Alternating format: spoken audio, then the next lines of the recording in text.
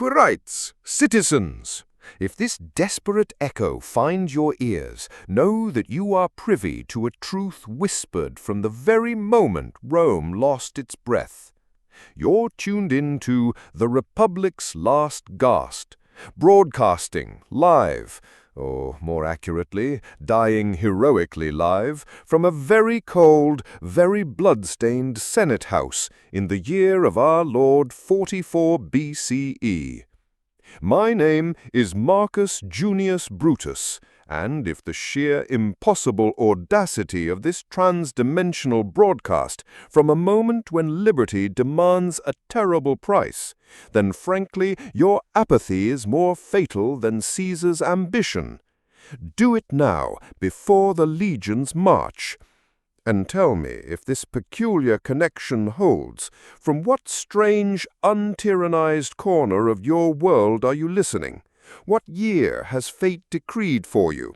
And what hour do these shocking tidings reach you? We're taking notes for posterity. Now, dim your lamps, brace your hearts, and let's dissect the bloody business of saving Rome. Salvete, citizens. London ear to a senator speaking from a villa far from the forum's political cutlery. I remember the Republic, the res publica, our public thing. Ah, a grand lady she was, forged in virtue, built on laws, sacrifice, and the glorious, mind-numbing drone of endless debating. We argued for days over grain subsidies. We believed in order, in the sanctity of the cursus honorum, in the slow, deliberate turning of the wheels of state. We were the envy of the world, a beacon of civilization. Or so we told ourselves between sips of wine. The first cough of blood came around 133 BC. The Gracchi brothers. Noble intentions, of course. Land for the plebs, a check on our enthusiastic acquisition of estates. But they broke the sacred rules, bypassing the Senate and appealing directly to the mob. For their troubles, they were bludgeoned to death with furniture. Furniture, in the sacred heart of Rome. That was the day we learned a new political tool, one far quicker than a filibuster. It was the moment we discovered some arguments are best settled with a table leg. A charming precedent. Then came Gaius Marius, a new man with a brilliant, terrible idea. A professional army. He opened the legions to any propertyless man, promising them spoils, glory, and land upon retirement. The catch was, their loyalty wasn't to the eagle standard of Rome. It was to him, their general, their paymaster. He held the consulship 7 times, spitting on tradition. We created an army that could conquer the world, but forgot to ask who would conquer the army. A minor, fatal oversight. For every Marius, the gods in their cruel humor give us a Sulla. Lucius Cornelius Sulla Felix. Felix meaning lucky. His enemies disagreed. When the state slighted him, he didn't just complain. He gathered his loyal army and marched on Rome itself. Twice. He introduced us to the proscriptions, a public list of men you could kill for a cash reward. It was a marvelous way to balance the budget, settle scores, and redecorate the forum with the heads of your rivals. He showed us the door to tyranny, and we all took detailed notes. After Sulla's house cleaning, we were treated to the First Triumvirate, an unofficial gang of 3, Pompey the Great, whose ego was larger than his conquests, Marcus Crassus, so rich he probably bled gold, and the charismatic upstart Gaius Julius Caesar. They pooled their money, armies, and ambition to bend the Republic to their will. It was a gentleman's agreement to ignore the law, a conspiracy disguised as a coalition. They carved up the provinces like a roast boar. We all saw it, but their legions were more persuasive than our laws. Naturally, 3 wolves can't share 1 sheep for long. Crassus got himself killed in Parthia, seeking more glory. They say the Parthians gave him a final drink of molten gold, a fitting end. That left Pompey and Caesar circling each other. The Senate, in a moment of clarity, sided with Pompey and ordered Caesar home. His response? In 49 BC, he crossed the Rubicon with his legion. "The die is cast," he said. A rather dramatic way of announcing a civil war just to avoid a court date. So Caesar won. Of course he did. He became dictator in perpetuity. The Republic was a monarchy in all but name. Some of my colleagues, Brutus and Cassius among them, had a rather pointed idea on how to fix this. On the Ides of March in 44 BC, they cornered the great man and gave him 23 lessons in political disagreement. A noble, foolish act. They thought by killing the tyrant they could save the Republic. They killed a man, yes, but the idea of absolute power, that was immortal. It hovered over his corpse, waiting for a new host. And a host it found, in Caesar's grandnephew, Octavian, who perfected the proscription lists. Ah, the Republic, a grand lady once was, but she'd grown weary.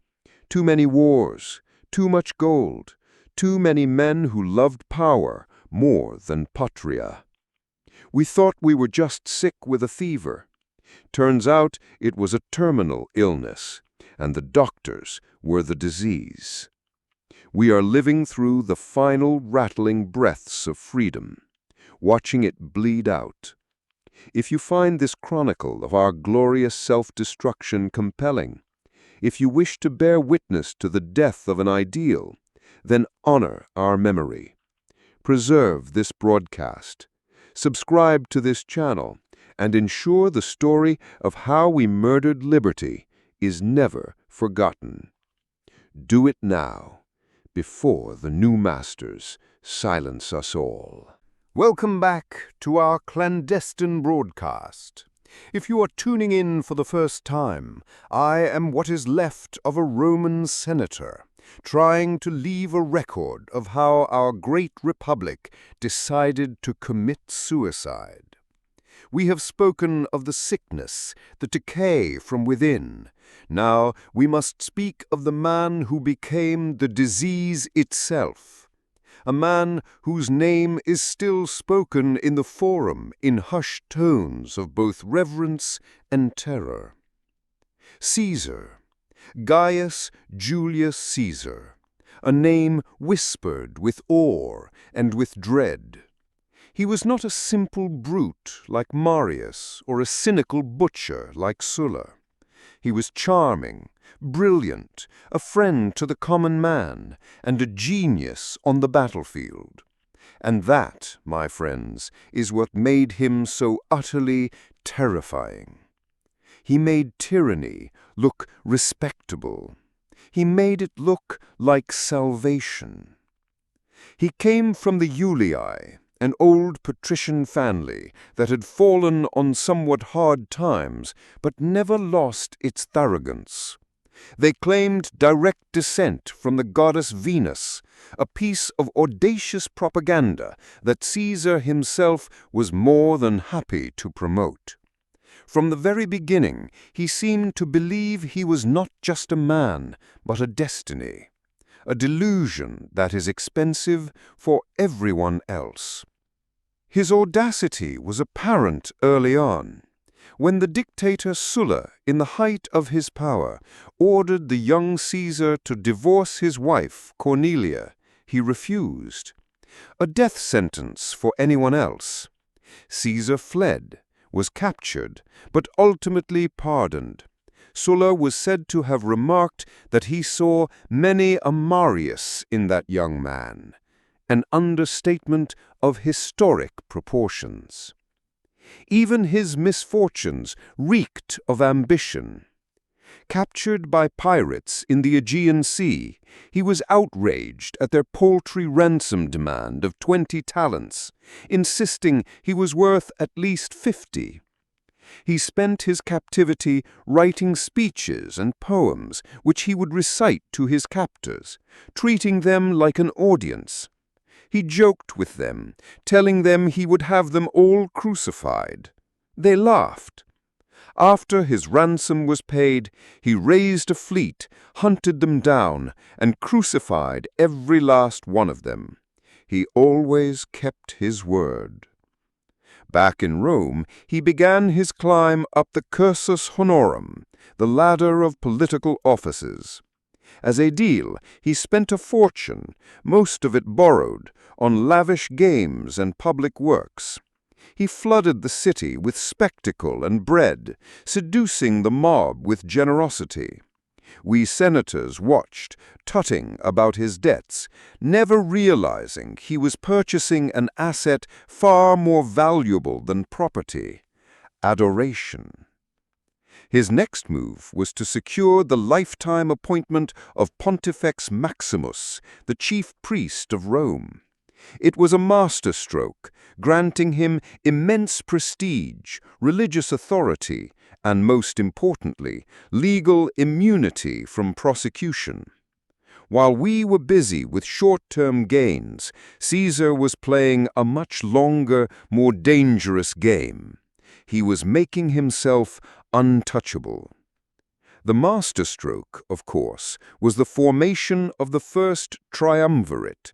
This three-headed monster, this gentleman's agreement between him, the fabulously wealthy Marcus Crassus, and the great general Pompey, was an illegal conspiracy to subvert the state. Crassus provided the money, Pompey the military muscle, and Caesar provided the boundless, terrifying ambition to drive it all. With the backing of his new friends, Caesar secured the consulship for the year 59 BC. He spent his term ignoring the Senate, defying constitutional checks, and ramming through legislation that benefited his allies and himself.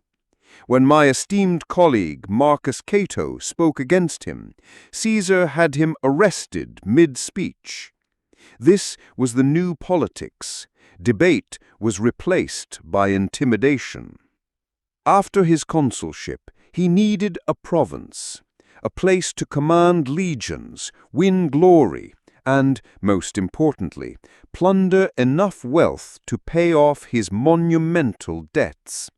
So we gave him Gaul, a dreary, damp region full of forests and belligerent, hairy savages. We thought, good, let him freeze his ambition off for a decade. We hoped the Gauls might even solve our Caesar problem for us. Instead, we handed the wolf the keys to the sheep pen. For nearly 10 years, all we heard from Gaul were tales of victory. He wasn't just conquering tribes, he was annexing a territory larger than all of Italy. He bridged the Rhine. He invaded Britannia, feats no Roman had ever attempted. He was becoming more than a general. He was becoming a legend. He made sure of that himself. His dispatches from the front, his Commentarii de Bello Gallico, were masterpieces of propaganda. Written in clean, direct Latin, they were read aloud in the forum and the marketplaces. He painted himself as the reluctant conqueror, the civilizing hero, protecting Rome from barbaric hordes. Every Roman felt a surge of pride. We senators felt a surge of nausea. What his dispatches conveniently left out was the sheer, brutal scale of his conquest. He fought over 300 tribes, destroyed 800 cities, and was personally responsible for the deaths of 1 million Gauls. Another 1 million was sold into slavery, their value enriching his coffers and the pockets of his men. He brought Roman order, one decapitated chieftain at a time. The gold of Gaul flowed back to Rome, funding more public works and ensuring his popularity never waned. But more importantly, it funded his legions. Over the years, he forged an army of unparalleled skill and experience. They were hardened veterans, and their loyalty was absolute. They did not fight for the Senate and people of Rome. They fought for Caesar. While Caesar was becoming a demigod in Gaul, his triumvirate back home was dissolving. His daughter Julia, who had been married to Pompey to seal their alliance, died in birthchild. Then Crassus, seeking his own military glory, was humiliatingly defeated and killed by the Parthians. They say they poured molten gold down his throat, a fitting end. With Crassus and Julia gone, nothing connected Pompey and Caesar but rivalry. And the Senate, in its infinite wisdom, saw an opportunity. We, the optimates, the best men, decided to embrace Pompey. We who had feared Pompey's ambition now saw him as the lesser of two evils, our champion against the far greater threat looming from the north. The legal wrangling began. Caesar's command in Gaul was expiring. According to law, he had to disband his army before entering Rome to stand for his next consulship. To return as a private citizen would mean facing a barrage of lawsuits from his enemies in the Senate, myself included, for his illegal acts as consul. We had him cornered, so we thought. Caesar, naturally, refused. He used his allies in Rome, the tribunes Antony and Cassius, to veto the Senate's decrees. He proposed a compromise. He and Pompey should both lay down their arms. It sounded reasonable, the mark of a moderate man. But it was a sham. He knew Pompey, now the defender of the Republic, would never agree. The tension in the city was thick enough to cut with a gladius. We passed the Senatus Consultum Ultimum, the final decree, essentially a declaration of martial law. We empowered Pompey to defend the Republic and declared Caesar an enemy of the state. Antony and the other tribunes, claiming their lives were in danger, fled Rome and ran straight to Caesar's camp. This was the excuse he needed. Now he could claim with a straight face that he was not marching on Rome for his own ambition, but to defend the sacred rights of the people's tribunes. It was a cynical, brilliant piece of political theater. He had his casus belli. So in the month of January, a very grim welcome to those of you still willing to listen. Our last broadcast detailed the rise of Gaius Julius Caesar, the man who became a hero to the mob and a nightmare to the Senate. We left off at the precipice, with Rome holding its breath, caught between the decrees of the Senate and the ambition of one man and his legions. The situation was, in the driest legal terms, a constitutional standoff. We, the Senate, had issued our final decree, the Senatus Consultum Ultimum. It is a dusty, archaic bit of law, essentially a political scream for help. It empowers a consul to do whatever is necessary to preserve the Republic, which is another way of saying that the laws are officially suspended because we are in a state of utter panic. Our chosen champion was Pompey the Great. His opponent, Caesar, sat just across the border of Italy in his province of Cisalpine Gaul.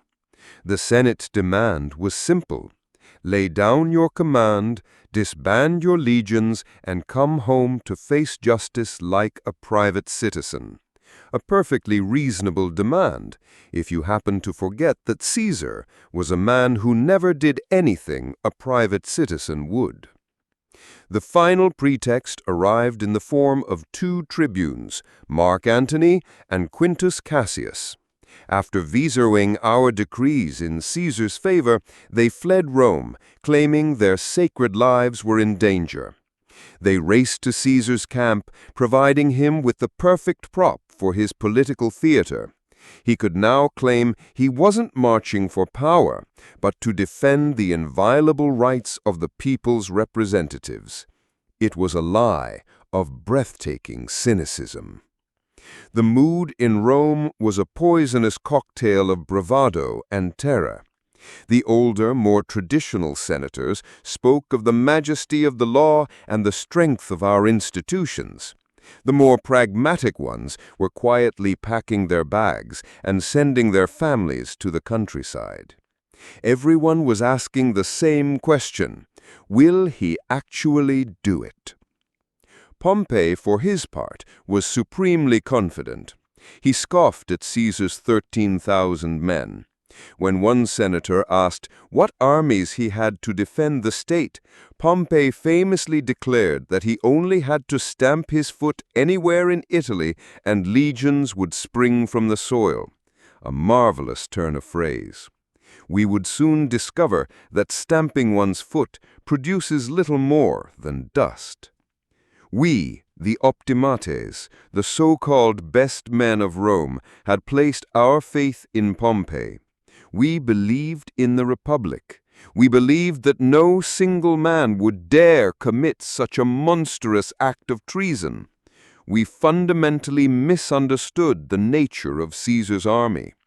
They were not citizen soldiers fighting for a principle. They were hardened professionals fighting for a man who had made them rich and famous. All the while, Caesar himself was in Ravenna, the last major town in his province. He was the picture of calm, attending public games, examining plans for a new gladiatorial school, and dining with his companions. Very normal, except that under the cover of darkness he had secretly sent his favorite legion, the 13th, ahead to the border. The stage was being set. The border, the line he was forbidden to cross with an army, was a pathetic little stream called the Rubicon. It is not the Tiber, it is not the Nile. It's a shallow, muddy little river you could wade across without getting your knees wet. And yet this insignificant trickle of water was the sacred boundary of Italy, the last fragile thread holding the tattered fabric of our republic together. To cross it at the head of a legion was the ultimate crime. It was to violate the imperium, the authority of the state, in the most profound way possible. It was a declaration of war not against a foreign enemy, but against the Senate and people of Rome. It was, quite simply, treason, an act from which there could be no retreat. Historians will tell you that Caesar hesitated on the northern bank. They say he spoke with his companions, weighing the calamity of his actions. "Even now we can turn back," he supposedly said. Forgive my cynicism, but it all sounds like a wonderfully dramatic scene rehearsed for posterity. I doubt he hesitated for a moment. The choice was prosecution and ruin, or war and a chance at absolute power. For a man like Caesar, that is no choice at all. Then came the famous words, thrown to the winds like a gambler's curse, "Alea jacta est," the die is cast. acknowledging that the future was no longer in the hands of statesmen or laws, but in the hands of fortune and violence. It was the moment he stopped being a politician and became purely a general, his only argument now being the points of his soldiers' swords. The crossing itself was not a grand affair. There were no trumpets, no unfurling banners. It was a swift, silent military operation in the cold of a January night in the year 49 BC. The 13th Legion slipped across the stream and marched south. The most consequential act in our history was committed while we, its guardians, slept soundly in our beds. The first town they came to was Ariminum. Its magistrates woke the next morning to find Roman legionaries in their forum, soldiers who had no legal right to be there. Caesar, having changed into his general's cloak, met them with the fugitive tribunes at his side, delivering a passionate speech about the injustices done to him and to them. The invasion had begun. When the news reached Rome, it was as if a lightning bolt had struck the forum. All the bluster, all the arrogant confidence evaporated in an instant. Panic ensued. Senators who had been calling for Caesar's head a day before were now tripping over their togas, trying to get their carts and servants out of the city gates. It was a disgraceful rout. Pompey, our great champion, seemed paralyzed. His foot-stamping produced no legions. He declared Rome impossible to defend and ordered a full evacuation of the government. The consuls, in their haste to flee south, forgot to take the state treasury with them. They grabbed the keys but left the gold. An act of incompetence so pure it borders on art. As we fled, Caesar advanced, and he deployed his most dangerous weapon, clemency. Officers and soldiers captured from Pompey's small advance forces were not executed, they were disarmed and sent home. He captured the staunch Pompeian general Domitius Ahenobarbus and his entire army, and simply pardoned him. How do you rally a nation against a tyrant who refuses to act like one? While Caesar moved with the speed of a striking snake, Pompey dithered. He retreated further and further south, promising to regroup his main legions in Greece and return to liberate Italy later. Later is a fatal word in a civil war. With every city Caesar took peacefully, his legend grew, and Pompey's reputation shrank. Eventually, Caesar entered Rome itself. He walked into the city he had supposedly conquered without a fight, having taken all of Italy in 60 days.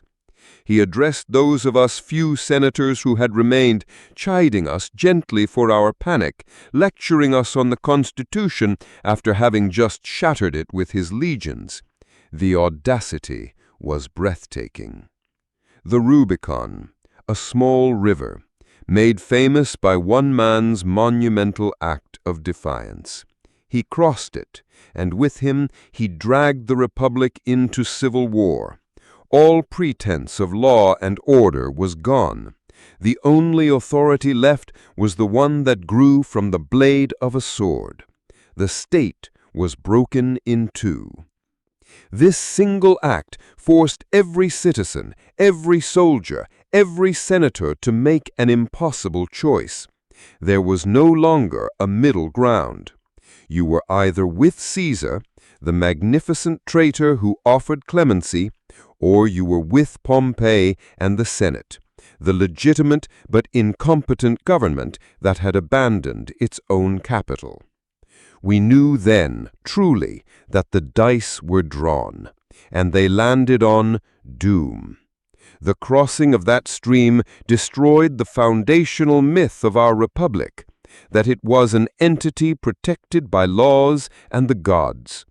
Caesar proved it was protected only by the consensus of powerful men, and that consensus was now broken. Greetings, listeners, from the gilded cage that was once our great republic. When last we spoke, Gaius Julius Caesar had cast the die, crossed the Rubicon, and plunged our world into the abyss of civil war. There is no suspense in this tale. There is no surprise ending. The house always wins, and Caesar had become the house. The war itself was a brutal, tragic affair. At Pharsalus in 48 BC, we witnessed the grotesque spectacle of Roman legions hacking other Roman legions to pieces. On one side, Pompey the Great, with the weight of the Senate and tradition behind him. On the other, Caesar, with his hardened veterans who would have followed him into the underworld itself. Caesar's genius, as always, proved more decisive than our noble intentions. Pompey's end was as pathetic as his generalship was clumsy. He fled the battlefield, a great man reduced to a desperate fugitive. He sought refuge in Egypt, hoping for shelter from the boy king Ptolemy XIII. Instead, the king's courtiers, hoping to curry favor with the victor, had him stabbed in the back as he stepped ashore. They presented his severed head to Caesar as a gift. Pompey the Great murdered on a foreign beach, a truly ignominious end. Caesar, they say, wept upon seeing the head of his former son-in-law and greatest rival. Was it genuine grief for a fallen Roman, or the exquisite political theater of a master manipulator? With Caesar, one could never be sure. But with Pompey dead, the war was effectively over, though its death throes were long and bloody. There were still pockets of resistance, stubborn embers of the Republic that needed to be stomped out. Caesar hunted our allies to Africa, defeating the remnants of the Pompeian army at Thapsus in 46 BC. Then he went to Spain to crush the last holdouts, led by Pompey's own sons at the Battle of Munda a year later.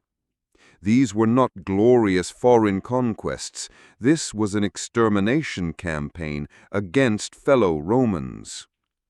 At Utica, in Africa, my colleague Marcus Porcius Cato faced the inevitable. A man of unshakable principle, a true Stoic, he refused to live in a world lorded over by Caesar. He would not accept the tyrant's pardon. Instead, he took his own life, becoming an instant martyr for the dying cause of liberty. His suicide was a final, terrible condemnation of the new reality we were all being forced to accept. With all his enemies dead or pardoned, Caesar returned to Rome not as a politician, but as an undisputed conqueror. He celebrated a quadruple triumph, a spectacle of unprecedented grandeur. He claimed victories over Gaul, Egypt, Pontus, and Africa. We all knew, of course, that the African triumph was a victory over Roman senators and generals. He was celebrating a civil war, and the mob roared its approval. He won. Of course he won. And then he had the Senate, cowed and compliant, grant him the title of dictator. First for 10 years. Then, in early 44 BC, came the final, fatal title, Dictator Perpetuo, Dictator for life. A rather permanent title, wouldn't you say? It erased any pretense that this was a temporary measure for an emergency. The emergency was over. The dictatorship was forever. What does such a title mean? It means the Republic is a ghost. It means Caesar held the power of a king, if not the name. He could declare war and make peace. He controlled the treasury. He appointed magistrates, effectively ending free elections. He could veto any act of the Senate, while no one could veto him. Our deliberative body was reduced to his advisory council, and our advice was rarely sought. His rule felt rather like being offered freedom from a very sharp blade, a polite form of tyranny. Unlike Sulla, there were no prescription lists, no bloodbaths in the streets. He ruled with calculated clemency, pardoning his former enemies, giving them seats in his new Senate. He killed the Republic not with a sword, but with a suffocating, smiling embrace of patronage. And he began to fix things. I will grant him that. He was terrifyingly efficient. He tackled the crippling debt crisis with measures that stabilized the economy. He launched vast public works projects across the city and the empire, creating jobs for the idle masses. He was solving the very problems that we senators had allowed to fester for decades. He even took control of time itself. Our old calendar was a chaotic mess, subject to political manipulation. Caesar, with the help of astronomers from Alexandria, reformed it into the Julian calendar. A sensible, rational, and brilliant reform. And yet there was a dark humor in it. A man so powerful he could command the sun and moon.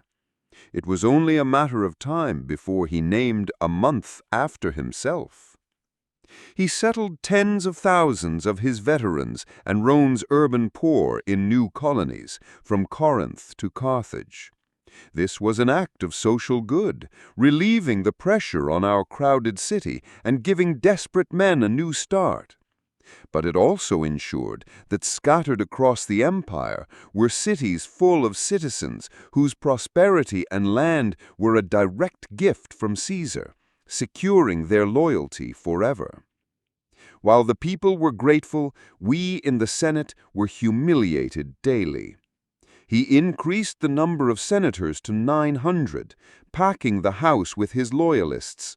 Former centurions, wealthy men from the provinces, even some trouser-wearing chieftains from Gaul were now called clarissimi. Our sacred body had become a crowded, sycophantic, and utterly powerless assembly. Then came the honors, each one a nail in the Republic's coffin. His statue was placed on the Capitol, among the ancient kings of Rome. A temple was built to his clemencia, his mercy.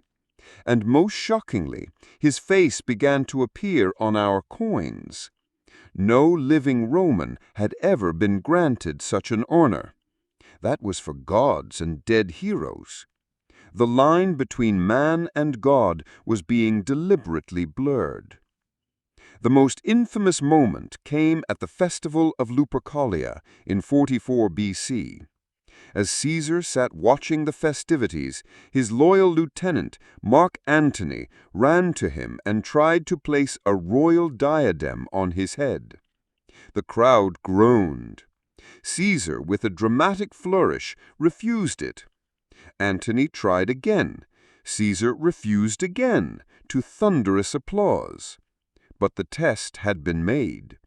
He had shown Rome he could be king, but that he had graciously declined, for now. And in that moment, the crushing realization settled upon us. The Roman Republic was dead. We were living in its mausoleum. We still met in the Senate House. We still wore our togas with the purple stripe. We still went through the ancient rituals. But it was all a hollow charade, a farce played for the benefit of a single audience member, the dictator. Liberty had not just been defeated, it had been usurped and replaced with a benevolent autocracy. Caesar himself seemed weary of the charade. His arrogance, once concealed by charm, now showed itself openly. He would receive delegations of senators while seated, a grave insult. He was heard to remark that the Republic was nothing, a name without a body or form. He was no longer trying to hide the fact that he was our master. He was rubbing us in his face. The final straw for many was his plan for a new grand war, a massive campaign against the Parthian Empire to avenge the defeat of Crassus.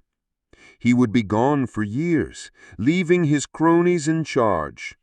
He would likely return more powerful, more beloved, more untouchable than ever. The window to act, to restore the Republic, was closing fast. And so, in the dark corners of villas, in hushed conversations after Senate meetings, a new idea began to circulate. A desperate, terrible idea. A conspiracy began to form, led by men. Greetings from the shadow of the Palatine Hill. Caesar is our dictator for life, a living god who walks among us. His statues gaze down from every corner, and his name is on every official decree. The Republic is a memory. And yet, in the quiet corners of this city, a dangerous word is being whispered again. Libertas. Freedom. But how does one free a state that has willingly put on its own shackles? For some, the answer was found in our most ancient and terrible traditions. The concept of tyrannicide, the belief that to kill a man who has made himself a king is not murder, but a sacred duty, a political act, a constitutional remedy, a sacrifice to restore the health of the Republic. It is a very noble way to describe a very bloody business. The first whispers of this terrible duty came, I believe, from the sharp and restless mind of Gaius Cassius Longinus, a good soldier, a competent administrator, and a man whose pride was as sharp as his cheekbones. He had fought for Pompey, been pardoned by Caesar, and even been made a praetor. But he could never stomach being second to any man, least of all one he considered an equal. He was the anger of the conspiracy. But Cassius knew that anger was not enough. A plot needs a respectable face. It needs a symbol. And so he began to assemble his band of honorable men. There were 60, perhaps more, of us senators who eventually joined. A strange collection of former enemies Caesar had pardoned, old friends he had promoted, and patrician idealists who simply could not bear the thought of one-man rule. We were patriots, or madmen, perhaps both. We spoke in hushed tones, in shadowed porticos, and the private gardens of our villas. We believed we were the last guardians of liberty, a rather heavy burden for mere mortals, especially mortals who couldn't agree on what to have for breakfast, let alone the fine details of assassinating a demigod. The paranoia was constant. A single slave's careless word, a single conspirator's loss of nerve, and we would all be nailed to crosses along the Appian Way. At the heart of it all were two men, Cassius and the man he knew he could not succeed without, Marcus Junius Brutus. Cassius was the engine of the conspiracy. His hatred of tyranny was genuine, but it was sharpened by a personal, bitter edge. He had been denied a more prestigious post by Caesar, a slight his pride could not endure. He hated the idea of a master, but he especially hated that Caesar was his master. And then there was Brutus.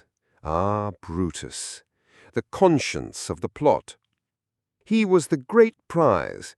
His name alone was a call to arms, for he was descended from Lucius Junius Brutus, the man who drove the last king from Rome 400 years before.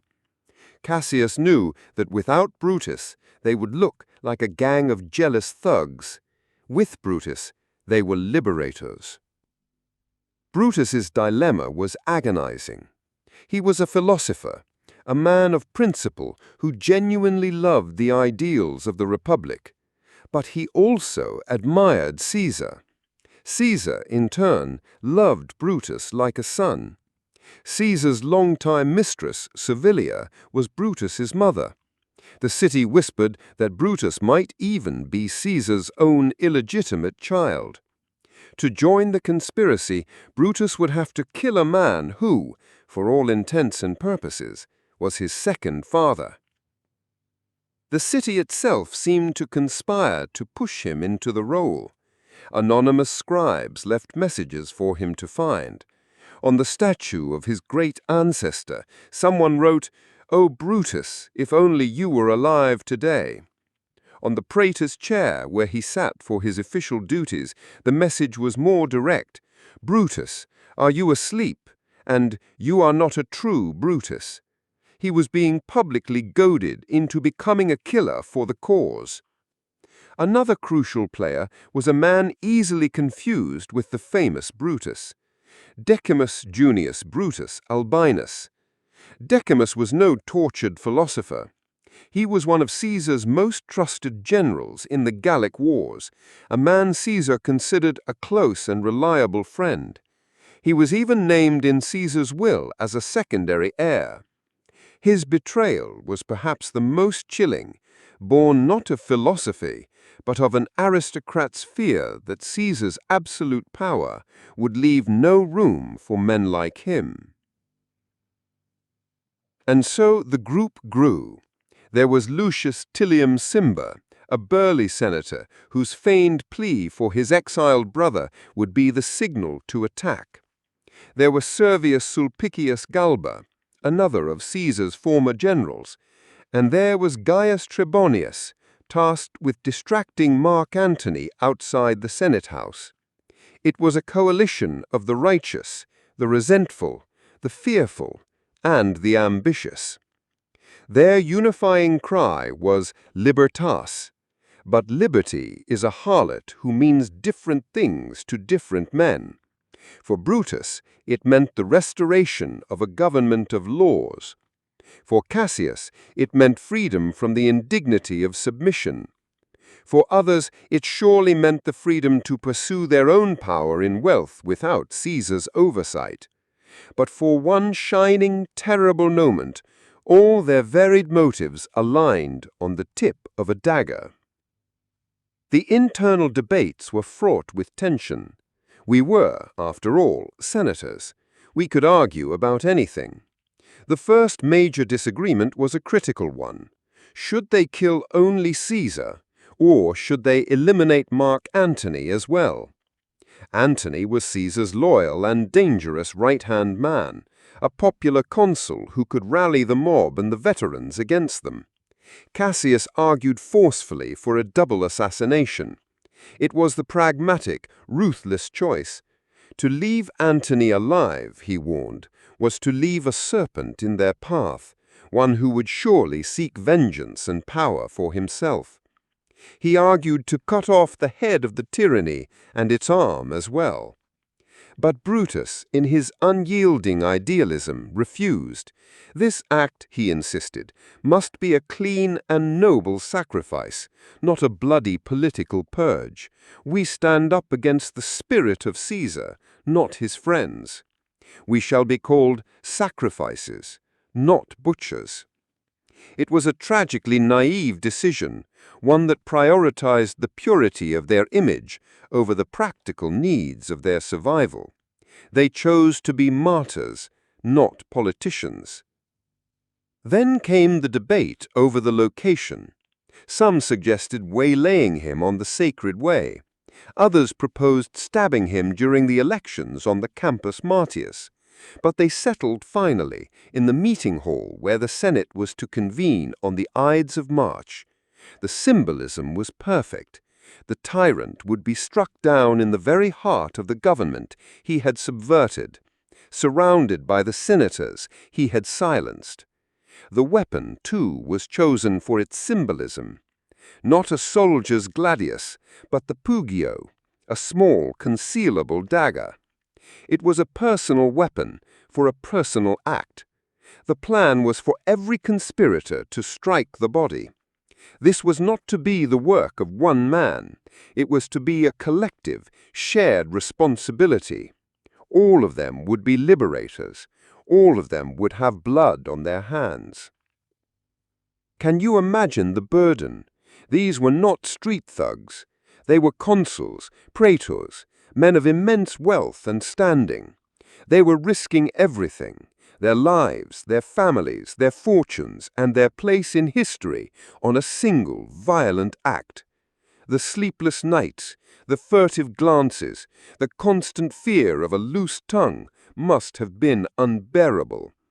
And all around them the world seemed to scream with warnings. The Romans were a deeply superstitious people, and the omens were terrifying. Rumors flew that Caesar's horses wept. Flocks of birds were seen fighting in the sky over the Forum. A soothsayer named Spurinna had famously warned Caesar to beware the Ides of March.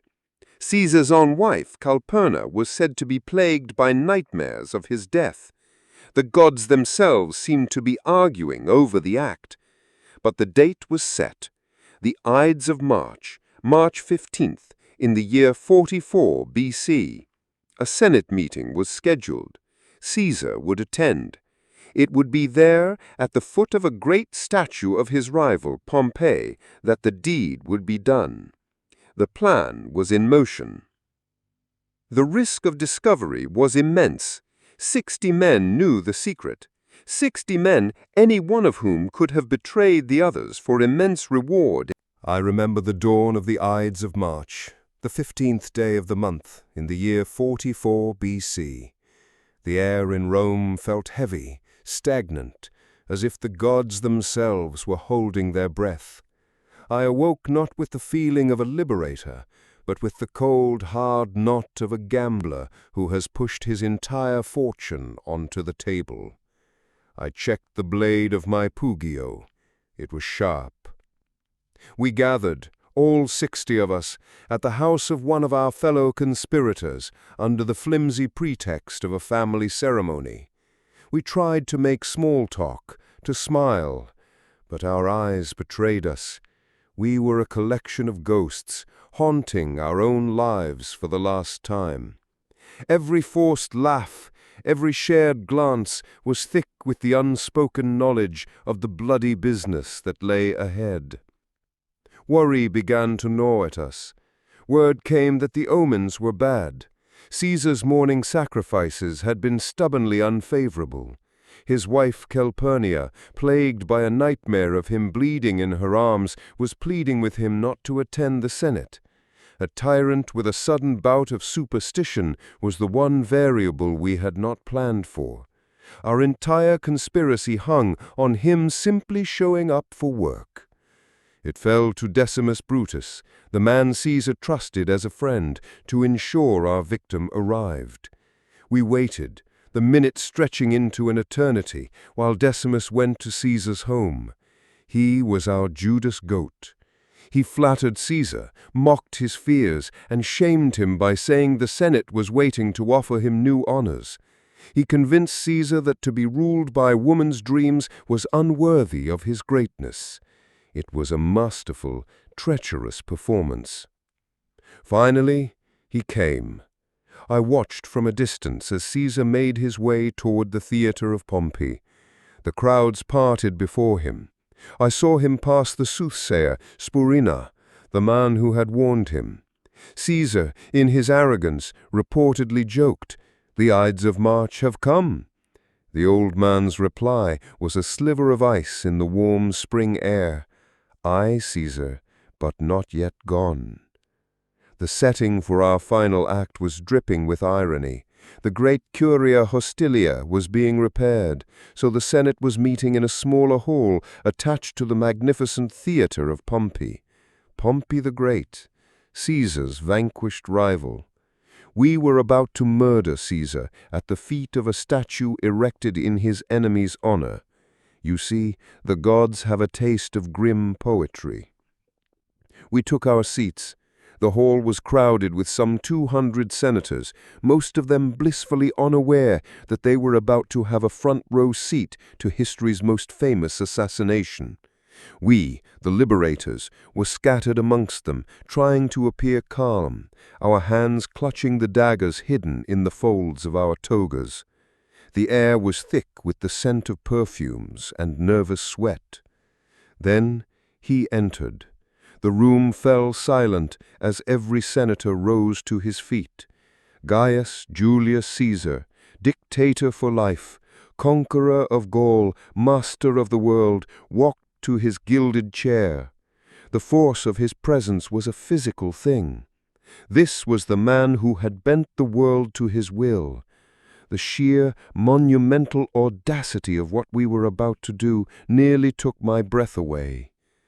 The plan began. As Caesar took his seat, Lucius Tillius Cimber moved forward, petition in hand, to kneel before him. He was begging for the recall of his exiled brother. It was a charade.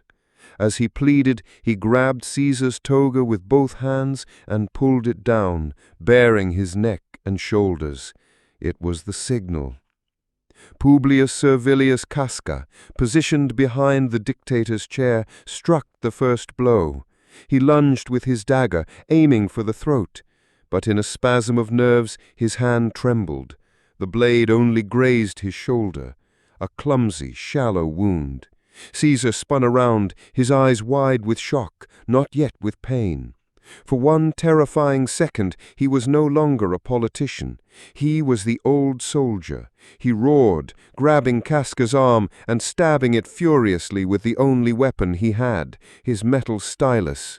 He was fighting back. Panic flared in my chest. Had we miscalculated so badly? Was this living god truly immortal? That moment of resistance broke the spell of our civilized plan. Seeing Caesar fight back, the rest of us surged forward. It was no longer a clean, symbolic sacrifice. It became a frantic, ugly mobbing. We were a pack of wolves descending on a cornered lion, all order lost in a frenzy of fear and adrenaline. Men were shouting, stabbing wildly. In the chaos, some of us even wounded each other by mistake. My own blade was but among many. I remember the strange feeling of the dagger sinking in, the resistance of flesh and bone. It was a shockingly intimate act. The air filled with the coppery smell of blood. Caesar was on his feet, stumbling, trying to push his way out of the circle of his attackers. He was bleeding from a dozen wounds, yet he still struggled. He looked around, his eyes locking on the faces of his assassins. He saw men he had fought beside, men he had pardoned, men he had promoted. And then he saw him. Through the throng of killers, he saw Marcus Junius Brutus, his protégé, the son of his beloved mistress, standing before him with his own dagger. All the fight went out of Caesar then. The ancient historians say he whispered in Greek, "Kai su teknon," "You too, my child." Others claim he said in Latin, "Et tu brute." The words themselves do not matter. The sentiment was a universe of heartbreak. Betrayed by the one he had loved like a son, he gave up. He pulled the top of his blood-soaked toga over his head, a final Roman gesture of accepting his fate with dignity. He staggered a few more steps and collapsed, his life bleeding out onto the marble floor at the very base of his rival Pompey's statue. The Ides of March, a day that will live in infamy, or perhaps ignominy. 23 times we struck him. My blade was but among many. He fell at the feet of Pompey's statue, a very dramatic exit even for Caesar. The ground, it smelled of ambition and blood. For a moment there was a stunned, absolute silence, broken only by the sound of our own ragged breathing. We, the liberators, stood there, dazed, splattered with the tyrant's blood. Our grand vision of being hailed as saviors by a grateful Senate had vanished in a wave of terror. The moment of triumph had lasted less than a minute. Gathering our wits, we decided to make a show of it. We marched from the hall together, our bloody daggers held high for all to see. We strode into the forum, shouting the words we had dreamed of: liberty, freedom, the tyrant is dead. We expected the people of Rome to pour from their homes and join us in a joyful celebration. But the city did not cheer. The city hid. As we marched, doors slammed shut, windows were barred. The great forum of Rome, usually teeming with life, became eerily silent. The people were not liberated. They were terrified. They did not see saviors. They saw a gang of bloody-minded aristocrats who had just murdered their champion. We reached the Capitoline Hill, the ancient citadel of Rome, and took refuge there.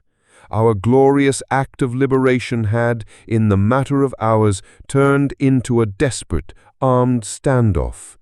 We were no longer saviors. We were fugitives, besieged in our own city, surrounded by a populace that hated us and the loyal veterans of the man we had just killed. The deed was done.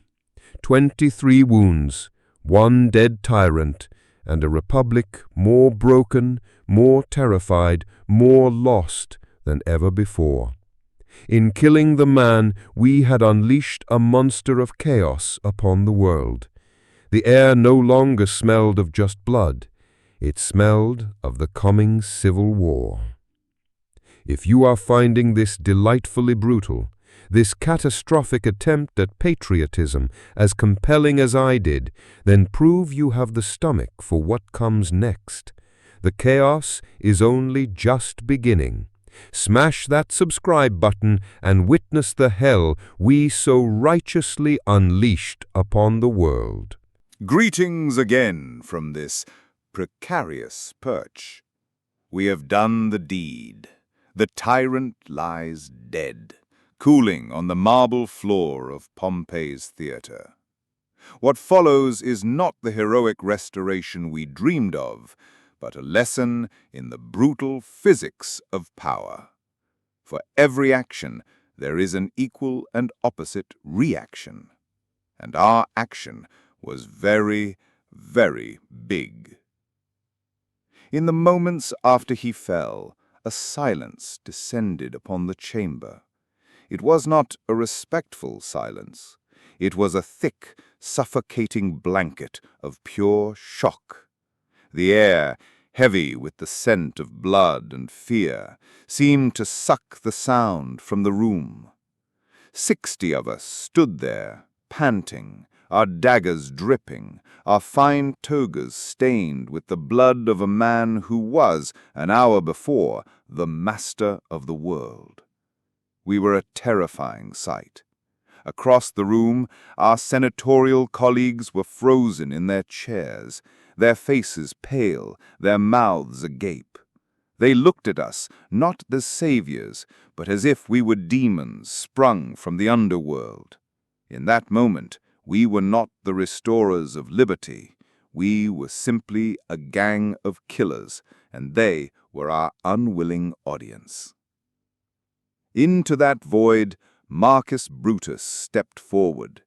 He raised his bloody hand not in triumph, but as if to calm a frightened animal.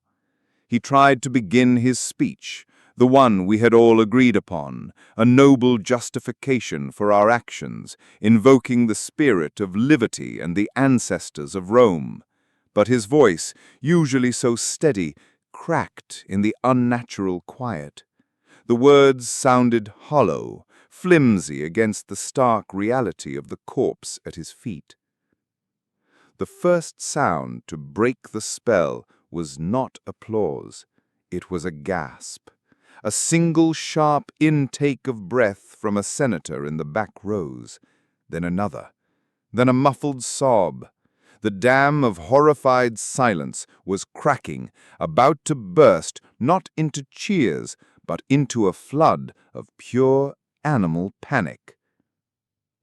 Silence. For a breath, the entire city seemed to hold its breath. Then we cried, "Liberty!" Did they cheer? No, they ran. Senators scattering like pigeons in a thunderstorm, a chaotic, undignified scramble for the exits. Men of consular rank, great landowners and jurists tripping over their own feet to flee from us. Turns out, murdering a dictator on the floor of the Senate doesn't immediately bring universal joy. Who knew? We were left alone in the great hall, the 60 of us, and the cooling body of Caesar. The grand plan, where a grateful Senate would immediately vote to restore the Republic and thank us for our service, had disintegrated into a panicked rout. The emptiness of the chamber was a profound mockery of our victory. We had cleared the stage, but the audience had fled. A new plan was needed, improvised in the midst of our adrenaline-soaked confusion. It was Cassius, I believe, ever the pragmatist, who urged us to action. We could not stay here. We had to take our message to the people. We would march, as a body, to the Forum, displaying our bloody daggers as proof of our deed, and carrying a pileus, the cap of a freed slave, on the tip of a spear. And so our grim procession began. 60 blood-stained senators, the supposed saviors of Rome, marching out into the city. There was a foolish, desperate hope among us that once the people saw us, once they heard our proclamation of freedom, they would understand, they would join us, they would celebrate the end of tyranny. The city had other ideas. As we entered the public spaces, we were met with not garlands and songs, but with the clatter of shop shutters being slammed shut. The bustling streets of Rome emptied before us as if we were a walking plague. Men, women, and children saw a gang of armed, gore-splattered aristocrats and ran for their lives. An eerie quiet fell over the city. The normal hum of Roman life was replaced by the sound of our own footsteps and the distant slam of barred doors. The people were not with us. The people were hiding from us. They did not see the death of a tyrant. They saw the murder of their patron, the man who had given them games, grain, and glory. They saw chaos unleashed. And while we were engaged in our futile parade, the real players were making their moves. Mark Antony, whom we had foolishly left alive, had slipped away from the scene. He ran, not in fear, but with purpose. He went to Caesar's house, securing the dictator's vast fortune and, more importantly, his last will and testament. Marcus Aemilius Lepidus, another of Caesar's generals, was already moving his legion just outside the city. The vacuum we created was being filled while we chanted to empty streets. We finally reached the great Roman Forum, the heart of the Republic we claimed to have saved. Brutus, ever the idealist, mounted the rostra, the speaker's platform, to address the citizens of Rome. But there were no citizens to address. Only a few terrified onlookers huddled at a safe distance. He delivered his magnificent speech on the evils of tyranny to a handful of gawkers and a great deal of empty space. It was there, in that vast empty square, that the full weight of our failure began to crash down on us. The Senate had fled. The people feared us. We were not heroes. We were an isolated faction of 60 men wanted for the murder of the most popular man in Rome. Our grand act of liberation had made us pariahs. We were exposed, vulnerable. A decision was made to retreat to high ground to find a defensible position. And so we began the scramble up the Capitoline Hill, the ancient citadel, the sacred home of the temple of Jupiter Optimus Maximus. It was a bitter, humiliating climb. Hours before we were masters of destiny, now we were fugitives seeking sanctuary. We established a makeshift headquarters on the hill, a band of so-called liberators now acting like a besieged garrison. To complete the picture of our degradation, we were soon joined by a company of gladiators loyal to Decimus Brutus, hired muscle to protect the men who had just saved the Republic. The irony was suffocating. Up on that hill, as the afternoon wore on, the adrenaline gave way to fear and recrimination. The arguments began, hushed but bitter. Why had we spared Antony? Why had we not prepared the people? Why did we have no plan beyond the murder itself? Our noble conspiracy, our band of brothers, began to curdle into a circle of frightened men, each realizing the depth of our miscalculation. While we bickered on our hilltop, Antony acted. With Caesar's will in his possession, he held the key to the next stage of this disaster. He began to consolidate his power, negotiating with Lepidus and his troops, preparing to address the Senate that had fled from us. He was playing politics. We had only played with daggers.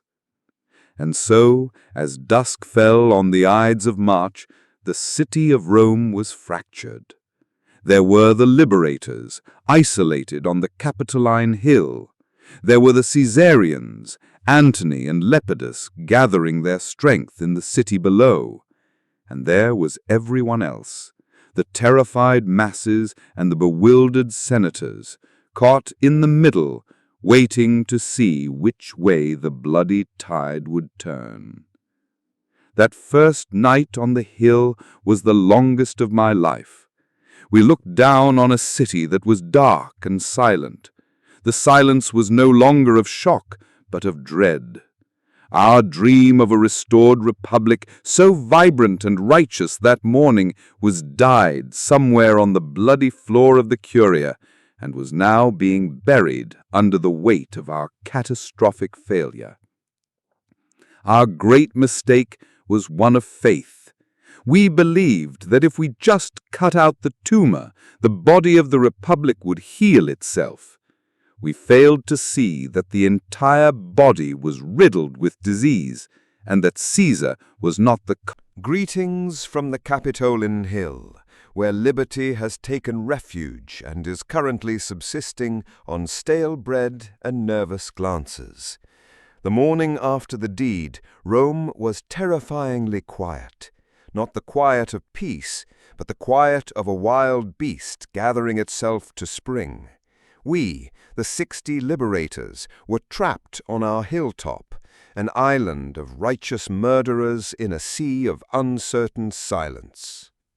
Down in the city, Mark Antony, the man we so foolishly spared, was not idle.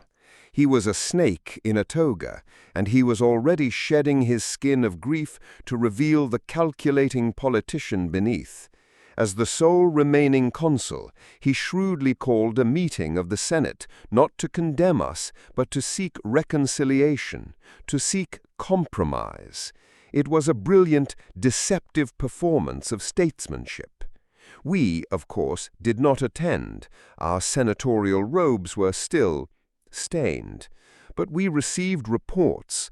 The great orator Cicero, a man who loved the Republic but lacked the stomach for the dirty work of saving it, argued for a general amnesty. Let the deed be forgotten, he pleaded. Let us grant the liberators a pardon in exchange for ratifying all of Caesar's acts. Let us stitch the Republic back together before it bleeds to death. And the Senate, desperate to avoid another civil war, agreed. A deal was struck. We were to be pardoned. In return, Caesar's laws would stand, his will would be read, and he would be granted the honor of a public funeral. A wave of cautious, disbelieving relief washed over us on our hill. Could it be? Had our terrible gamble actually paid off? It was Brutus, our noble, naive leader, who sealed our fate. Against the strenuous and prophetic objections of Cassius, Brutus agreed to the terms. He truly believed in the compromise. He trusted that a pardon was a pardon, and in an act of catastrophic misjudgment, he consented to allow Antony to deliver the funeral oration for Caesar. Cassius knew a viper when he saw one. Brutus saw only a grieving colleague. For a day or two, a fragile, unbelievable peace settled over the city. We came down from our hilltop fortress. We returned to our homes. We even attended a dinner party where we broke bread with the very men, Antony included, who we knew wished us dead. It was the most surreal and tense meal of my life, a feast on the lip of a volcano, with everyone smiling and pretending not to smell the sulfur. The day of the funeral arrived. The forum was packed with a somber, silent crowd. Caesar's body lay in state upon a magnificent ivory bier, draped in the purple-trimmed toga he had been murdered in. The stage was set for the final act of our supposed reconciliation. But it was Antony's play, and we were about to be cast as the villains. Before Antony spoke a single word, he let Caesar speak first, from beyond the grave. Antony arranged for the dictator's last will and testament to be read aloud to the assembled masses. It was a masterstroke of political theater. The first blow against us was struck by the ghost of the man we had killed. The contents of the will fell upon the crowd like golden rain. To the people of Rome, Caesar bequeathed his lush private gardens across the Tiber, to be made a public park for their leisure forever. And then, the master blow. To every single Roman citizen living in the city, he left a gift of 300 sesterces, a staggering sum, an act of unbelievable generosity. The mood of the crowd, which had been one of simple grief, began to curdle. This was not the will of a greedy tyrant. This was the testament of a loving father, and we, the men who claimed to have liberated them, had murdered their great benefactor. You could feel the affection for Caesar hardening into a resentful, protective anger. We had not just killed a man, we had robbed them. Then Antony, his face a mask of sorrow, mounted the rostra. He did not begin with fury. He began with that silken, dangerous charm of his. He looked out upon the crowd and acknowledged our act. But Brutus, he said, his voice soft, is an honorable man. So are they all honorable men. And with those words he began to slowly, expertly twist the knife. He was a master of rhetoric. He never called us traitors. He simply repeated that we were honorable men over and over again, until the phrase itself dripped with sarcasm and contempt. He reminded the crowd of the glories Caesar had won for Rome, the riches he had brought to the treasury, the triumphs they had all celebrated. Was this ambition? If so, he said it was a grievous fault, and Caesar had grievously answered for it. Then he brought out his props. Antony held up the toga Caesar had worn, the very garment we had pulled and torn. He showed them to the rips, still stiff with dried blood. He showed them where Cassius's dagger had pierced the cloth, where Casca's had struck. He was no longer just speaking, he was painting a visceral picture of a brutal gang murder. Then came the dramatic climax. With a great theatrical flourish, Antony swept the cloth from Caesar's body on the bier.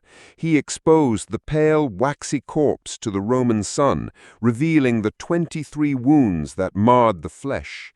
He forced the people to look upon the raw, butchered reality of our noble sacrifice. A collective gasp rippled through the crowd, followed by a low, guttural roar of fury. This was no longer a political gathering. It was a primal scene of horror.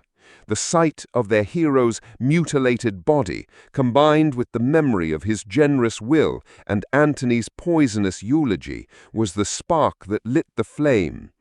Antony, sensing his moment, pointed to one specific wound, a deep gash in the chest. That, he cried, was the work of Brutus. That was the most unkindest cut of all. He told the story of Caesar's love for Brutus, his angel, and painted a devastating picture of the ultimate betrayal. It was pure, unadulterated emotional manipulation, and it was lethally effective. He spoke not with logic, but with fire, and suddenly we were not liberators, we were not honorable men, we were murderers, we were villains, we were the ungrateful sons who had slaughtered the father of our country. Public opinion, that fickle and violent mistress, had turned on us completely. The funeral became a riot. The mob, screaming for vengeance, tore apart the benches and stalls of the Forum to construct a makeshift funeral pyre right there in the civic heart of Rome. They cremated Caesar's body with the rage of 1,000 suns, the flames licking high into the Roman sky, a beacon of their fury. Then the hunt began. Brandishing flaming planks pulled from the pyre, the mob surged through the streets. They were no longer mourning, they were hunting, and they were hunting for us. The amnesty, the compromise, the pretense of peace, it all went up in smoke with Caesar's body. Their rage was blind. They came upon a man named Gaius Helvius Cinna, a well-known poet. They mistook him for one of our number, Lucius Cornelius Cinna. Despite the poor man's terrified protests that he was a poet, not a politician, the mob would not listen. They tore him limb from limb in the street. This was the liberty we had brought to Rome. We, the great liberators, ran for our lives. Brutus, Cassius, myself, all of us who had stood so proudly over Caesar's body, now scattered like rats from a burning barn. We fled the city we had tried to save, a city that now wanted to hang our heads from its walls. We were no longer senators, we were exiles, with a death sentence pronounced not by a court of law, but by the roar of the mob. And Mark Antony, the grieving friend, the reluctant orator, was now the undisputed master of Rome. He had not needed legions nor laws. He had used a corpse, a will, and a speech. With a few thousand well-chosen words, he had turned our triumph into a catastrophe, the people into his personal army, and himself into Caesar's heir. So we ran, scattered to the winds by the firestorm Antony had kindled. We who held daggers now fled from men holding torches. The game had changed utterly, and we had been played for fools. The Republic was not saved. It had just been handed over to a new and perhaps more dangerous master. If you're still listening and not being hunted by a mob yourself, you are one of the lucky ones. Our desperate cries for freedom have been drowned out by the roar for vengeance. Subscribe to our channel. You cannot miss what happens next when the forces we have unleashed begin to tear the world apart. Greetings. This broadcast comes to you not from a comfortable villa in Rome, but from a place of exile. The smell of the sea is a poor substitute for the smells of home. After Antony's masterclass in mob incitement, our position in the city became untenable. That is a polite senatorial way of saying that if we had remained, our heads would now be decorating the rostra. The decision to flee was not a strategic retreat. It was a panicked scramble for survival. The roar of the mob hunting for us was still ringing in our ears as we slipped out of our homes in the dead of night. The fine toga of a Roman senator is not ideal for skulking through back alleys. I had to trade mine for a common, rough-spun traveler's cloak, a humbling and, frankly, itchy experience. We left Rome, not in triumph but in haste, disguised, hidden. The city we tried to save was now baying for our blood. A rather ironic twist, wouldn't you say? Heroes one moment, fugitives the next. Such is politics. It has all the dignity of a back-alley knife fight. We did not leave as a noble band of brothers, marching defiantly into exile. We scattered like frightened quail, each man for himself. Some of us found refuge in the countryside villas of friends who were brave or foolish enough to hide us. Every knock on the door, every passing patrol of soldiers sent a jolt of pure terror through our veins. The psychological toll was immense. For weeks we had been the secret masters of Rome's destiny, debating philosophy and the nature of tyranny. Now we were reduced to haggling with ferrymen and sleeping in barns, constantly looking over our shoulders. All the grand ideals of liberty feel rather hollow when you are worried about being recognized by the local baker. Brutus and Cassius, our leaders, lingered for a time in the hills outside Rome. They were still clinging to the fantastically naive hope that the Senate would come to its senses, that the good and noble men of Rome would rise up, quell the mob, and invite us back to restore the Republic. They were waiting for a rescue that would never come. While we were hiding in ditches, Mark Antony was dining in Caesar's mansion. As consul, he was now the master of the city. He wielded Caesar's popularity like a club and used the threat of the mob he now controlled to keep the rest of the Senate in a state of terrified compliance. He was no longer just a consul, he was a king in all but name. In a move of supreme cynical genius, Antony had the Senate ratify the provincial appointments that Caesar had made before his death. This meant Brutus was officially the governor-in-waiting of Macedonia, and Cassius was assigned Syria. It was a brilliant, legalistic way of banishing us. He wasn't executing us, he was politely asking us to leave for our prestigious new jobs, with the unspoken threat that if we remained in Italy, the mob would finish the job. But as Antony was consolidating his power, a new piece appeared on the board. A sickly, rather unremarkable-looking boy of 19 arrived in Italy. He had been named in Caesar's will as the dictator's adopted son and primary heir. His name was Gaius Octavius, but he now called himself something far more powerful. Gaius Julius Caesar Octavianus.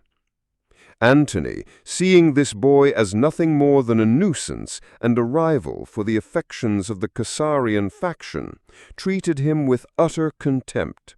He publicly slighted him and, most importantly, refused to hand over the vast fortune that was now legally Octavian's to inherit. Antony saw a boy. He failed to see the cunning and ruthlessness lurking behind those young eyes. This new young Caesar proved to be far more clever than Antony anticipated. Unable to get his inheritance from the consul, Octavian did something extraordinary. He sold off his own properties and began paying the cash legacies from Caesar's will to the Roman people himself. With every coin he handed out, he was stealing the loyalty of the plebs and Caesar's veterans right out from under Antony's nose. From our hiding places, we watched this new drama unfold with a kind of morbid fascination. The tyrant was dead, But now his chief lieutenant and his upstart here were beginning to circle each other like hungry dogs.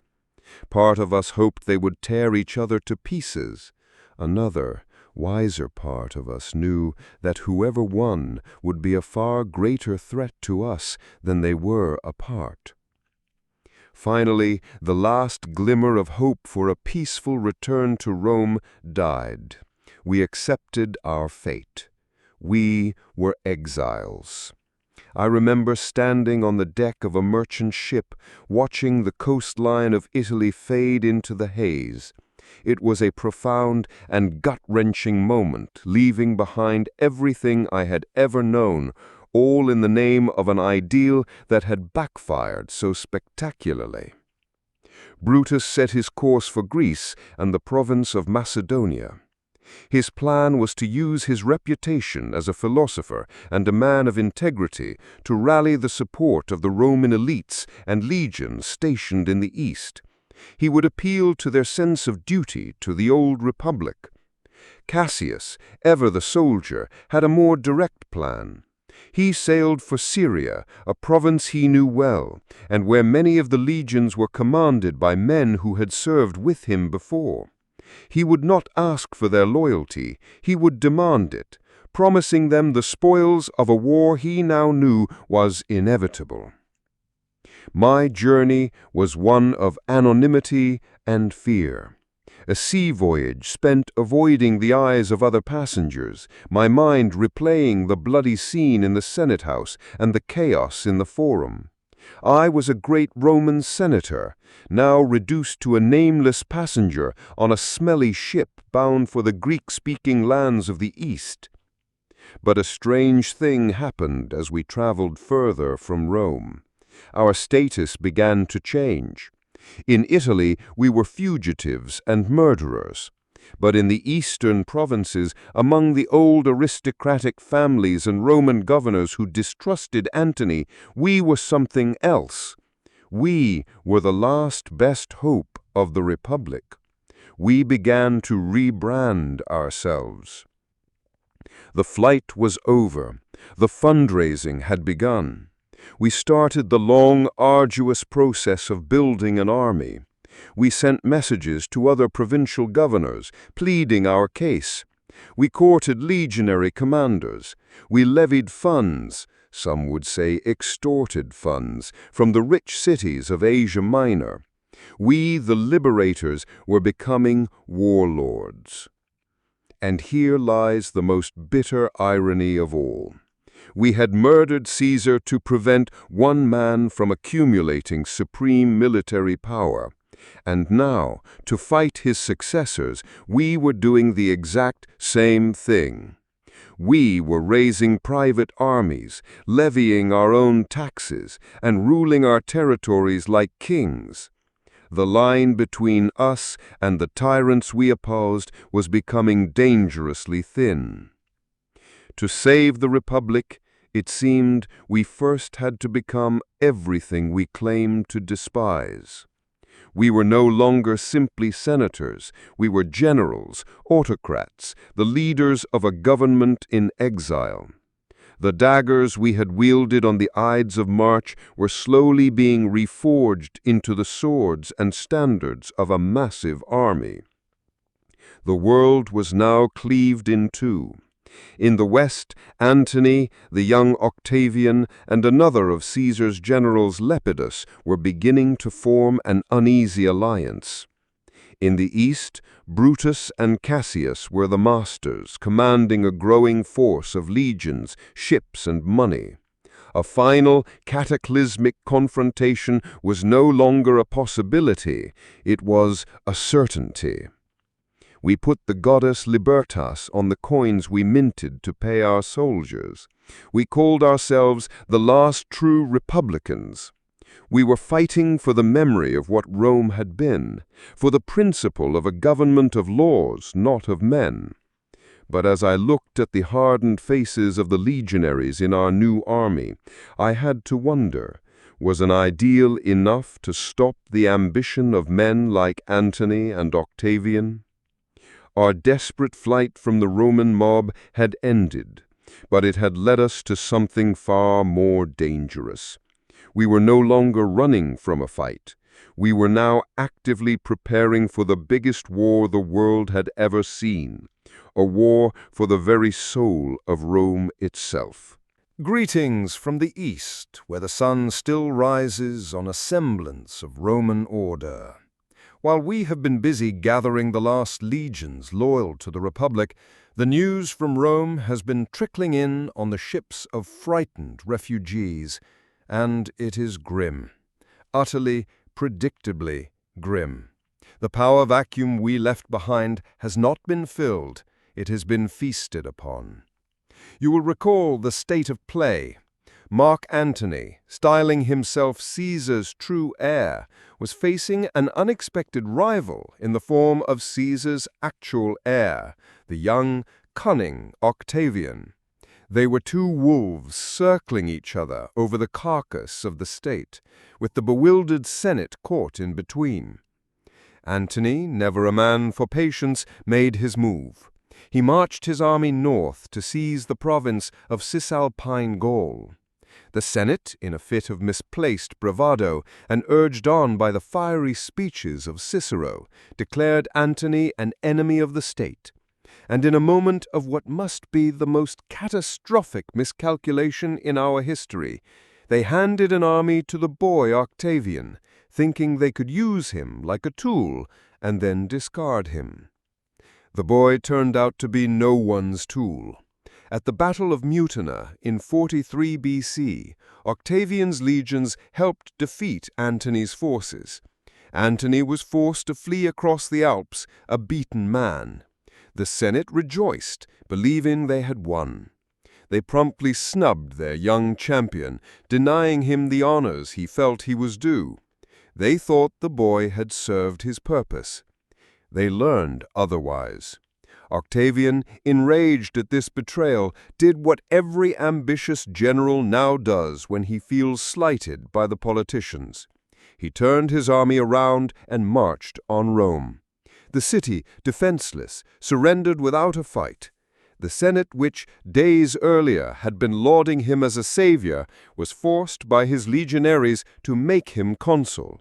He was not yet 20 years old. With the boy now master of Rome, the game changed completely. Antony, having regrouped with another of Caesar's old generals, Marcus Aemilius Lepidus, saw his opportunity. The three of them, Antony, Lepidus, and the young upstart Octavian, met on a small island near Bononia. With their vast armies at their backs, they made a cold, hard calculation. It was far more profitable to join forces and divide the world than to destroy one another. And so the Second Triumvirate was born. This was no secret backroom deal like the one Caesar had with Pompeo and Crassus. This was a formal, legal monstrosity, an act passed by a terrified Roman assembly. They were officially the three men for the restoration of the Republic. A more laughably dishonest title has ever been conceived. They were given absolute power for 5 years to hunt us down and restore the state, which is to say, to own it. Antony and Caesar's nephew Octavian, a boy with a remarkably cold ambition, and Lepidus, who was mostly there to hold their coats. They formed a triumvirate, a three-headed tyrant, and their first order of business, killing off anyone who disagreed.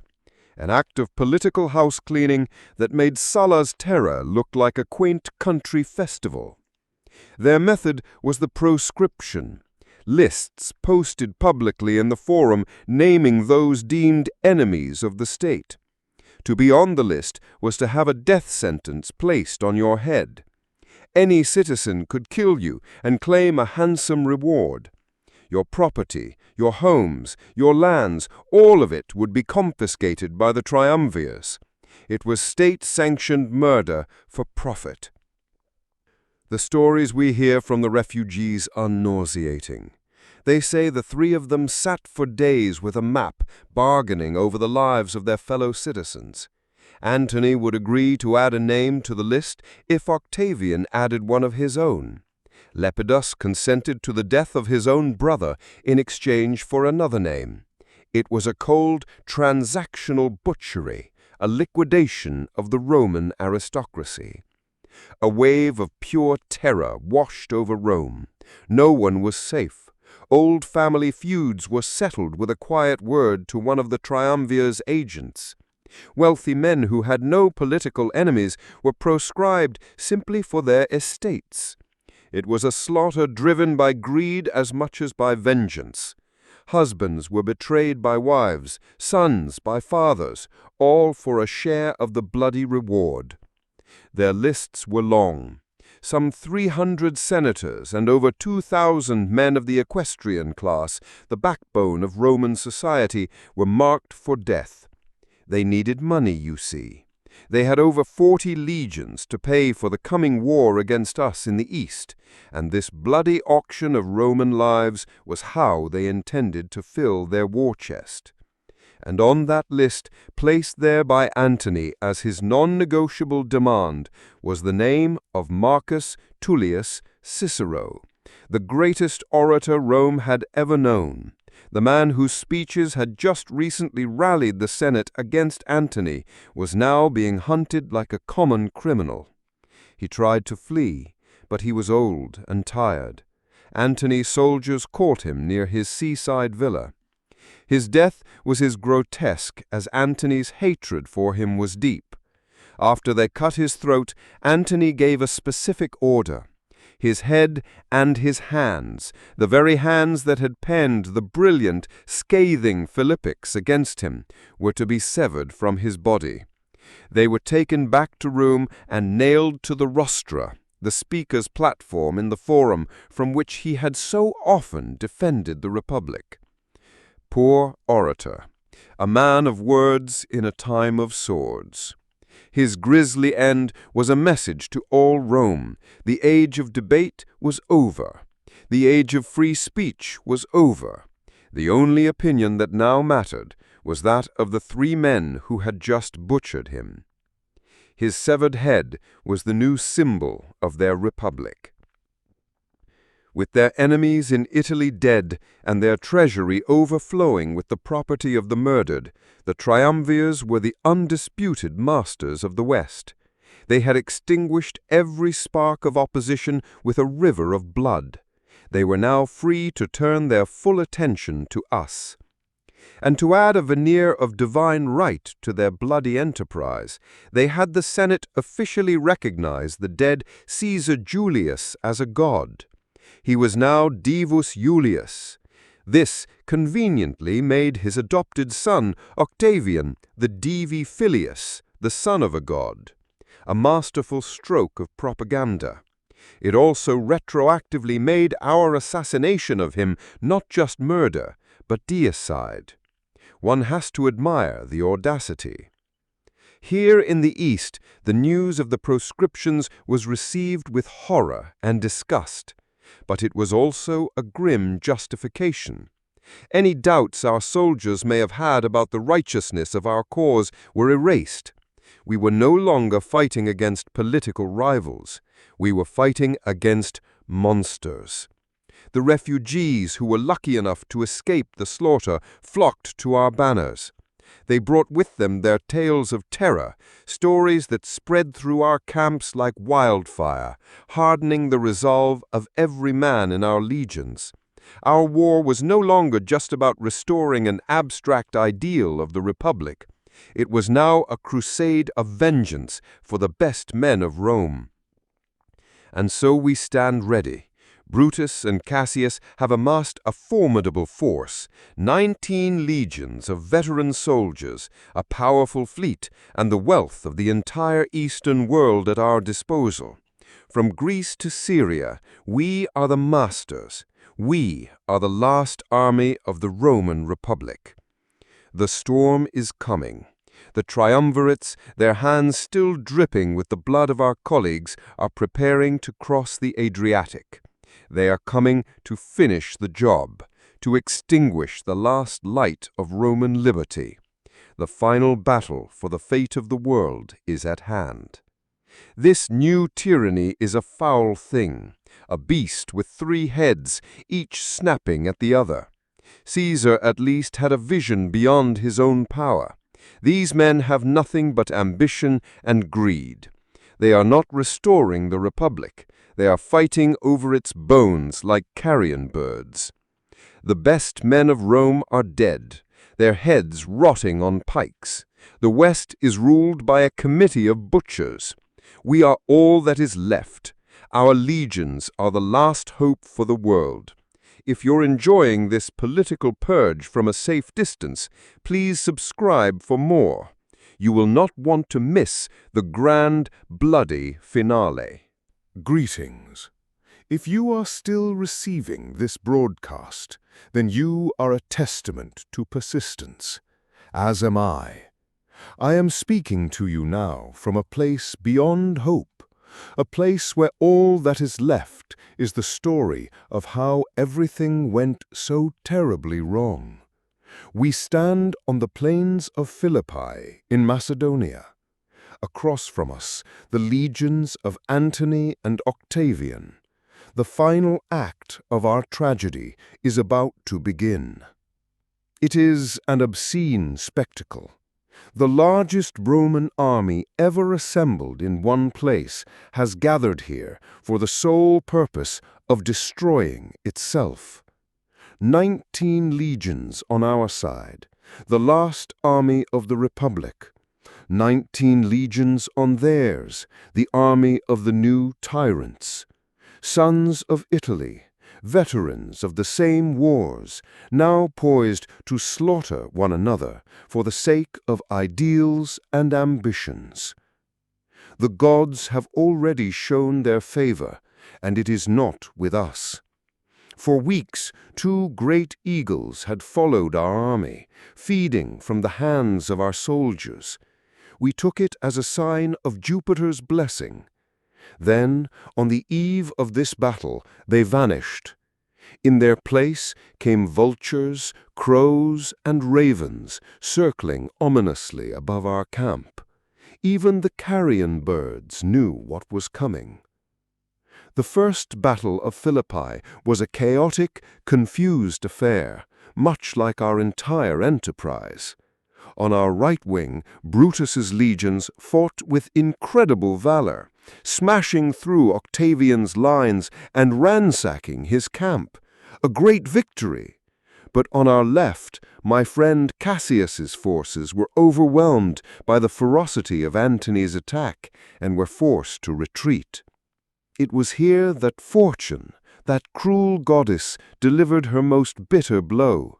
From his position on a hill, Cassius saw a great cloud of dust and horsemen riding towards his camp. He mistook Brutus's victorious soldiers for the enemy. Believing everything was lost, that Brutus too had been defeated, he fell into despair. He turned to his freedman and ordered the man to kill him.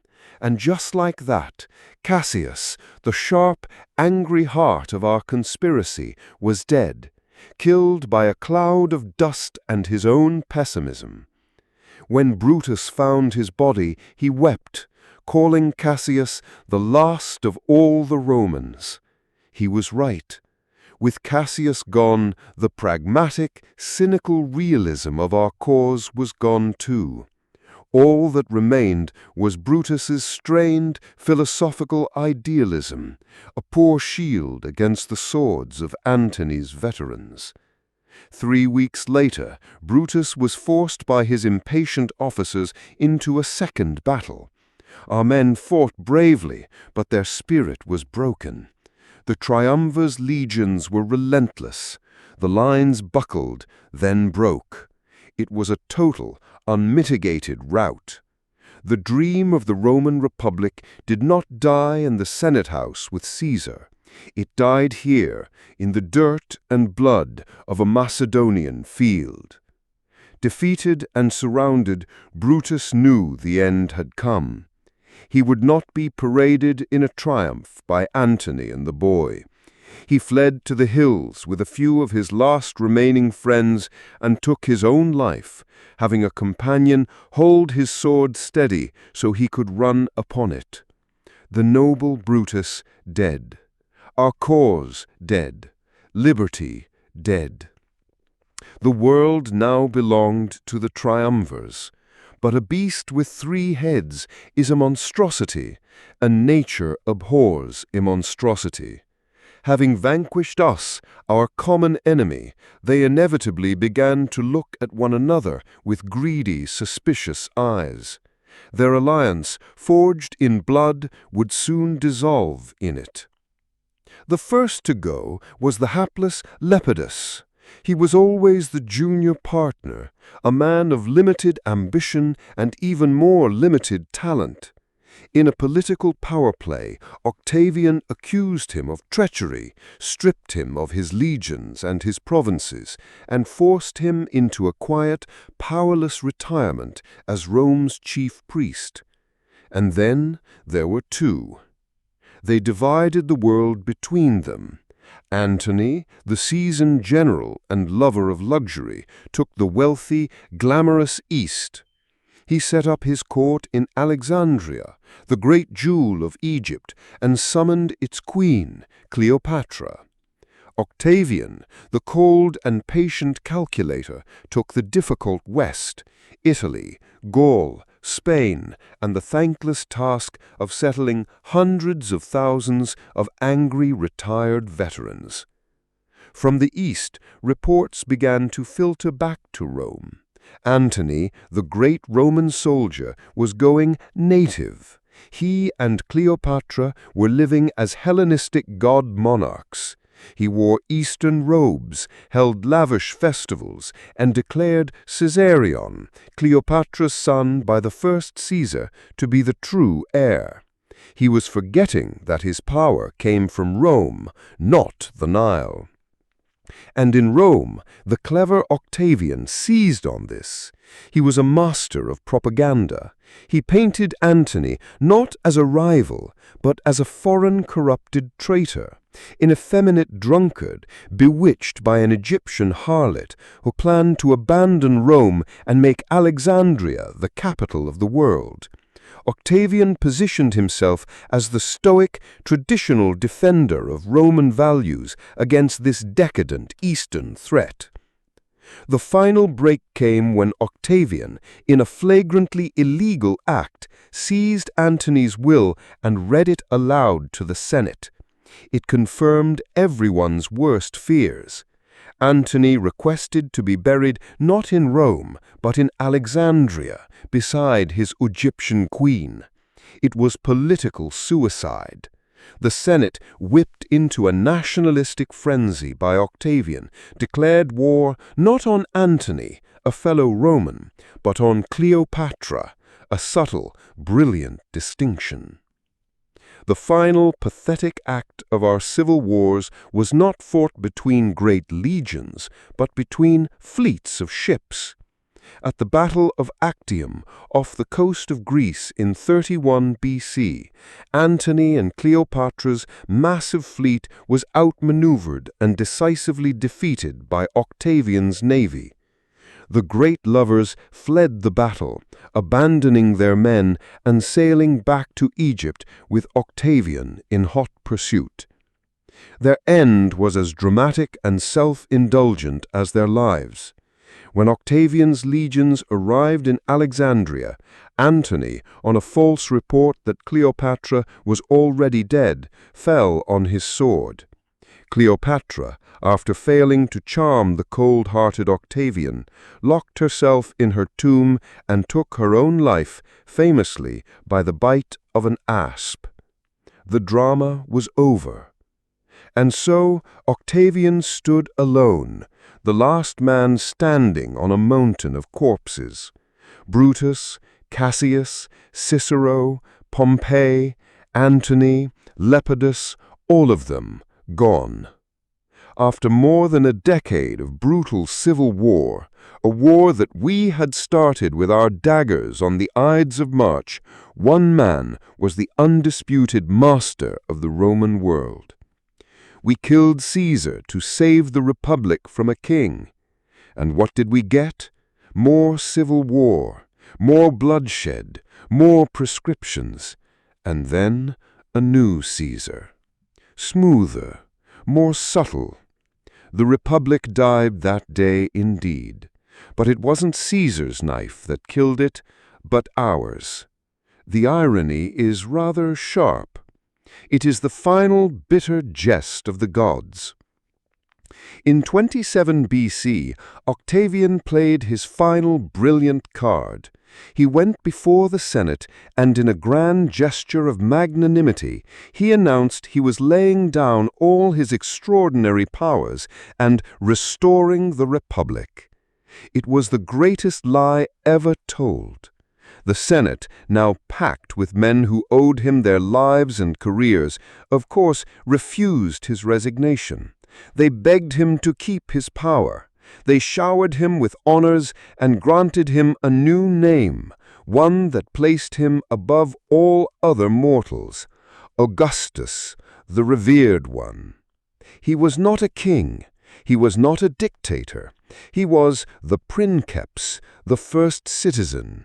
The emperor was born, clothed in the robes of the dead republic. And he gave Rome what it so desperately craved: peace, the Pax Romana.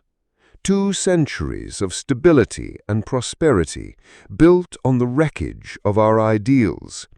He rebuilt the city, reformed the government, and ruled wisely and well for 40 years. Greetings, if anyone is still listening.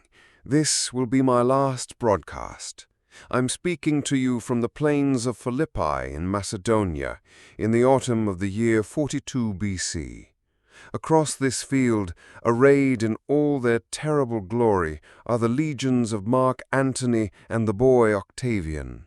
Facing them are we, the last army of the Roman Republic. The fate of the world is about to be decided by a contest of steel and blood. The strategic situation is, ironically, in our favor. We hold the high ground, with our camps safely fortified. Our supply lines stretch back to the sea, which our powerful fleet controls. They, the triumvirs, are camped in a marshy, unhealthy lowland, with their own supplies stretched thin across the mountains. By all the laws of military science, we should simply wait. My friend Gaius Cassius argued for this very course.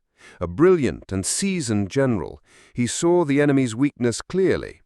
"Let us wait," he said. "Let winter, hunger, and the swamp fever fight our battle for us." It was a sound, logical, and winning strategy. But logic has little place in a war of ideals. Our officers, and indeed Brutus himself, were impatient. They were Romans, proud and aggressive, and the idea of winning a war by starving our fellow citizens felt dishonorable. Brutus, our noble, philosophical leader, argued that we must put the matter to a swift and decisive test. He overruled Cassius. The decision was made. We would offer battle. I knew in my heart it was a mistake born of virtue, the most dangerous kind of mistake a man can make. The night before the battle was unnaturally quiet. I remember the sounds of men sharpening their swords on whetstones, a rhythmic scraping sound that set my teeth on edge. I saw senators, men who once debated law and the curia, now writing final letters to their families by the dim light of an oil lamp, their faces grim. The weight of what we were about to risk settled on the camp like a funeral shroud. The gods themselves had turned against us. For weeks, 2 magnificent eagles had followed our legions, a sign we took to mean victory. But on the morning we were to fight, they were gone. In their place, a great flock of vultures and ravens descended, perching on our standards, their black eyes watching us with a hungry patience. And we had all heard the story of the ghostly spectre that had visited Brutus in his tent, a phantom that promised to see him again here at Philippi. Nevertheless, the next morning our leaders addressed the troops. Brutus and Cassius rode along the lines, their voices ringing out in the cold Macedonian air. They reminded us of why we were here, for libertas, for the authority of the Senate, for the ancient traditions of our ancestors. We were fighting to prevent one man from ever again holding the fate of Rome in his hands. Across the field, they told us, was an army fighting for tyranny, for proscriptions, for the bloody ambition of 3 men. It was a fine speech. Then the trumpets sounded. The great advance began. Nearly 200,000 Roman soldiers, the largest army our people had ever assembled, marched forward to annihilate itself. I was in the thick of it, the earth trembling under the weight of so many marching feet. The sun glinted off a forest of eagle standards, the symbols of the Republic we were now using to tear ourselves apart. The clash, when it came, was a cataclysm of noise and violence.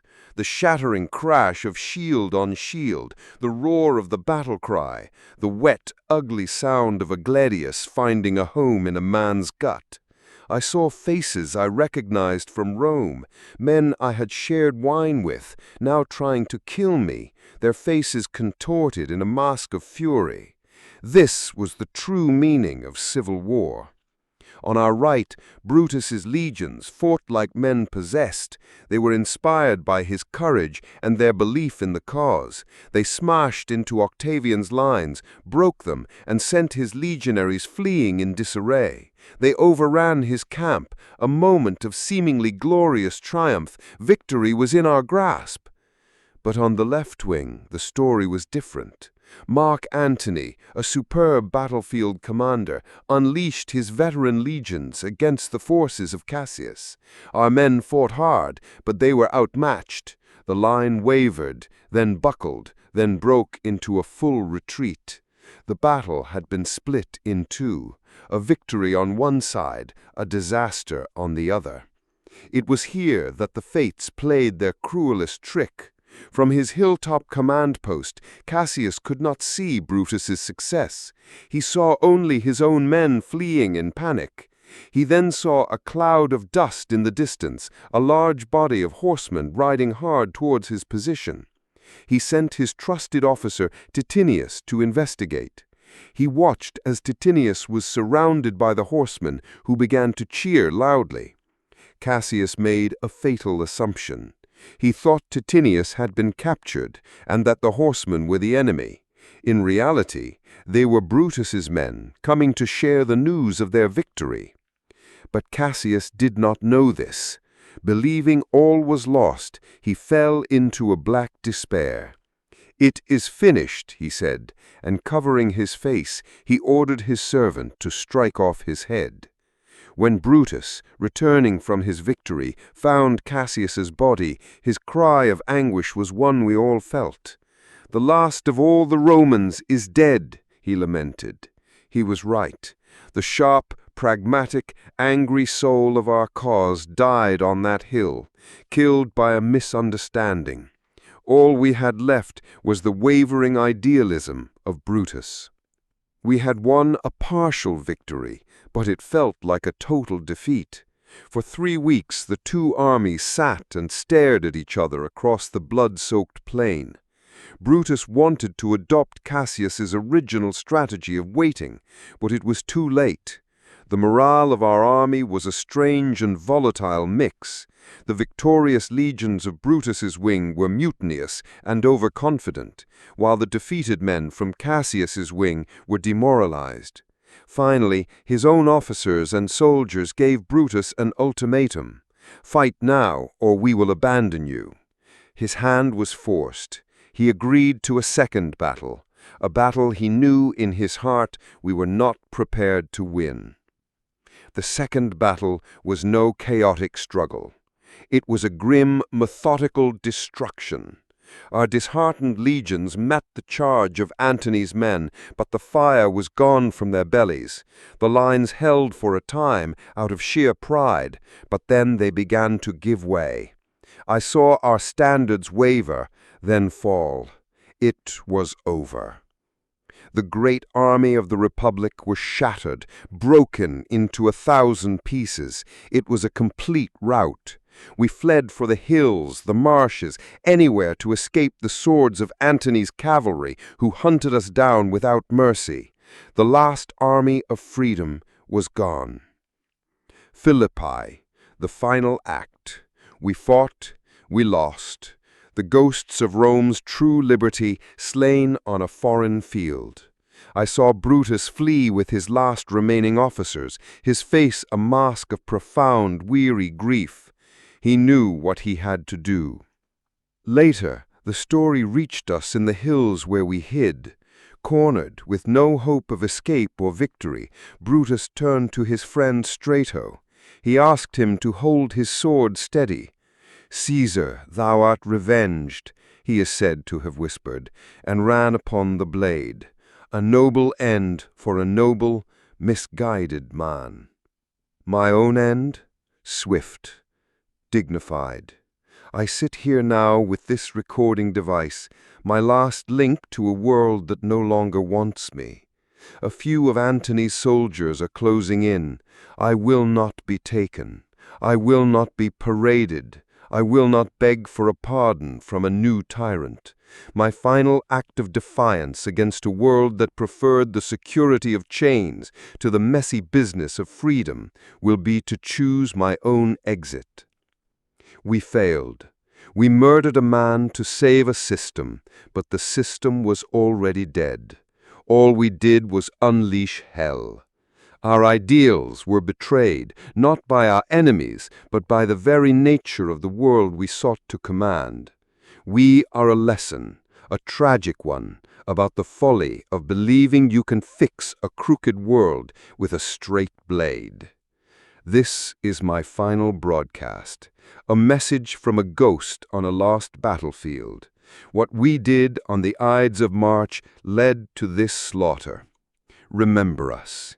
Remember what we fought for, and remember how catastrophically we failed. If you're still processing this monumental defeat, if the story of our failure is a lesson worth remembering, be sure to subscribe. Let our memory be a warning to all future generations. Farewell. This is a broadcast from a place beyond battlefields. A signal from the quiet shadow of a world I helped to break. The drums you hear are not for a triumph, they are for a funeral. The funeral of an idea. The idea of the Roman Republic. Forgive the quality of the transmission. The ether is crowded with the ghosts of better men. I remember a time when we thought the Republic was merely sick. A fever brought on by too much gold, too many provinces, too many men with armies who had forgotten their loyalty to the Senate. Men like Marius, like Sulla. We treated the symptoms with our endless debates and our naive faith in old traditions, never realizing the disease was in the very heart of the state, and it was terminal. Then came Gaius Julius Caesar, my friend, my mentor, the father I almost had. He was the most brilliant symptom of them all. He offered order where there was chaos, decisive action where there was endless argument. He conquered the world for Rome, and in doing so, he conquered Rome itself. We saw his genius, and we feared it, for his ambition cast a shadow that threatened to blot out the sun of liberty itself. And so we conspired. In shadowed porticos we whispered of our ancestors who had expelled the kings. My own name became a burden, a constant reminder of a legacy I felt compelled to uphold. We were philosophers and senators, not assassins. We convinced ourselves that a single, precise, terrible act of violence could reset the clock, that we could surgically remove the tyranny and the body politic would heal. a fatal arrogance. I remember the Ides of March, the cold weight of the dagger beneath my toga, the look in his eyes when he saw me among the others. The historians will debate his last words forever. Did he say anything at all, or did his eyes simply ask the question that will haunt me for all eternity? You too, my child? In that moment, I sacrificed a man I loved for an ideal I loved more, and I lost both. Our great liberation lasted less than an hour. We stood over his body, expecting applause, and were met with silence, then terror. We offered freedom to a people who, it turned out, no longer wanted the terrible responsibility of it. Then came Antony, with his crocodile tears and his brilliant, venomous speech. He took our noble act and painted it as a bloody back-alley murder, and the people, grieving for their benefactor, believed him. From there, the road led only here, to the blood-soaked fields of Philippi. There, the last legions of the Republic were shattered. There, my dear friend Cassius died in despair. There, I finally understood the depth of our failure. We had not saved the Republic. We had merely held the door open for a new, more ruthless set of masters. We had plunged the world into a war that would only end when one man stood supreme. That man was not Antony. It was the boy, Caesar's grandnephew, Octavian, a child with the eyes of a serpent and the patience of a stone. He outlasted them all, and now he has restored the Republic by making himself its master for life, taking the name Augustus. He has given Rome peace, but it is the peace of a well-managed estate, not the vibrant, chaotic peace of a free people. We killed a king and got an emperor. The irony is as sharp as the blade I fell upon. And so, as the sun rises on a Rome that calls itself empire, this has been Marcus Junius Brutus, your humble and eternally condemned broadcaster from the graveyard of the Republic. We saw the betrayals, felt the fear, and witnessed the chilling dawn of an era we fought to prevent. If this desperate, darkly humorous transmission from the very heart of historical irony has given you a moment of profound contemplation, or perhaps made you appreciate your own era's less bloody transfers of power, then my purpose is served. Keep listening, keep questioning, and for the sake of true liberty, wherever it yet may reside, keep that subscribe button pressed. Because even when republics fall, the price of freedom and the haunting whispers of et tu, Brute linger. Until the next broadcast from a very different Rome. Vale, farewell.